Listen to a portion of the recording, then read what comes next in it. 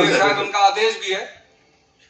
तो 5 सितंबर 2015 को मुझे डेंगू हो गया और जबरदस्त, और यहाँ 27 सेक्टर नोएडा में कैलाश हॉस्पिटल है।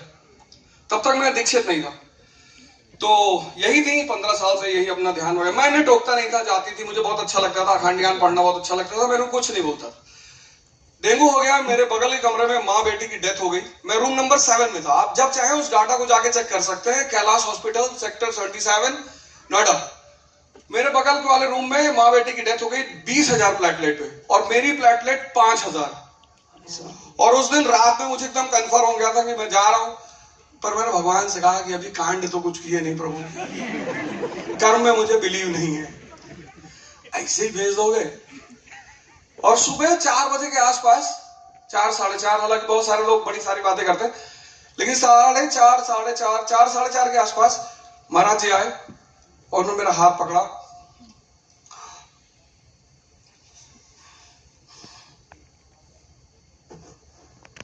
एक बार जोरदार तालियां बजाएं पहले सब। It's not easy to share all of this things, not easy at all. बस। तो सर अब आपने महाराज जी का जिक्र कर ही दिया है, तो सबसे इंपॉर्टेंट सवाल मैं पूछूंगा कि एक तरफ आप यूथ को यूपीएससी के लिए तैयार करते हैं, राइट, उनकी सोच साइकोलॉजी को आप बहुत अच्छे से समझते हैं, और दूसरी तरफ आप ब्रह्म ज्ञान की साधना भी करते हैं और आप बात भी करते हैं। So you are the right person to tell कि ब्रह्म ज्ञान की ध्यान साधना जो है वो आज के युवा के लिए कितनी जरूरी है, कितनी इंपॉर्टेंट है। अगर आप साधना नहीं करेंगे, पश्चिम ने हमारे 6 शब्दों को बिगाड़ दिया है, जानबूझ के बिगाड़ा है। नहीं तो वो जानता है कि अपनी फालतू की चीजें यहाँ बेच नहीं पाएगा। ठंडा मतलब पता नहीं क्या क्या बोलता रहता है वो। ठंडा मतलब छाछ भी होता है, और उससे अच्छी कोई चीज होती नहीं है। 6 शब्दों को पश्चिम ने डिस्टॉर्ट किया। पहला शब्द युद्ध, जिसे आज दीदी कह रही थी, किसके खिलाफ? अपने ही खिलाफ।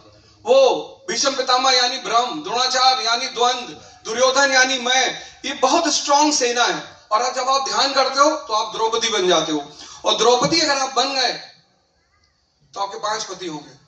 हर ध्यानी के 5 पति होते हैं। पहला पति होता है धर्म यानी युधिष्ठिर। जोरदार तालियां इस पे, जोरदार तालियां।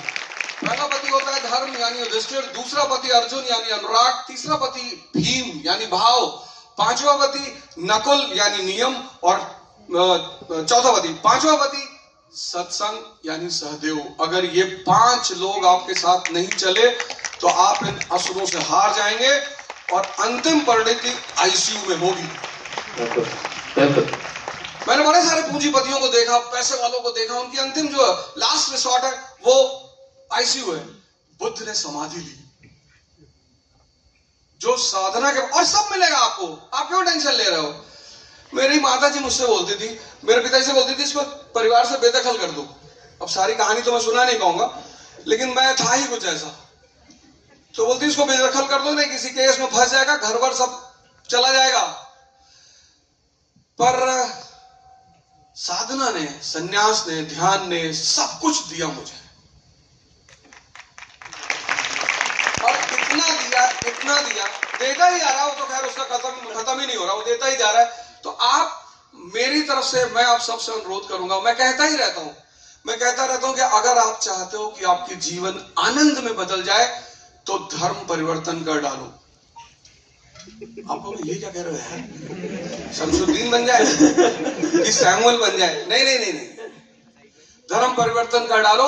अभी इंद्रियों के धर्म पे जी रहे हो, वो परेशान करेंगी। आ जाओ गुरुदेव की शरण में, वो तुमसे तपस्या साधना करवाएंगे, और तब तुम चले जाओगे चेतना के धर्म पे। और जब चेतना के धर्म पे चले जाओगे, अभी सेंसस के धर्म पे जी रहे हो, और यही गोलगप्पे वाली हाल होगी, खाते चले जाओगे और कभी संतुष्टि मिलेगी नहीं। और अगर चेतना के धर्म पे जिए गोलगप्पे तब भी खाओगे, पर एक में संतुष्ट हो जाओगे और परम आनंद। तो सबको धर्म परिवर्तन की तरफ जाना होगा। किसकी तरह? सिद्धार्थ की तरह।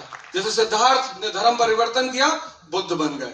वर्धमान ने धर्म परिवर्तन किया, महावीर बन गए। नरेंद्र ने धर्म परिवर्तन किया, स्वामी विवेकानंद बन गए।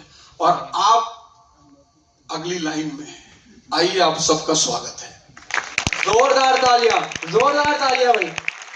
ये मोटिवेशन डेफिनेटली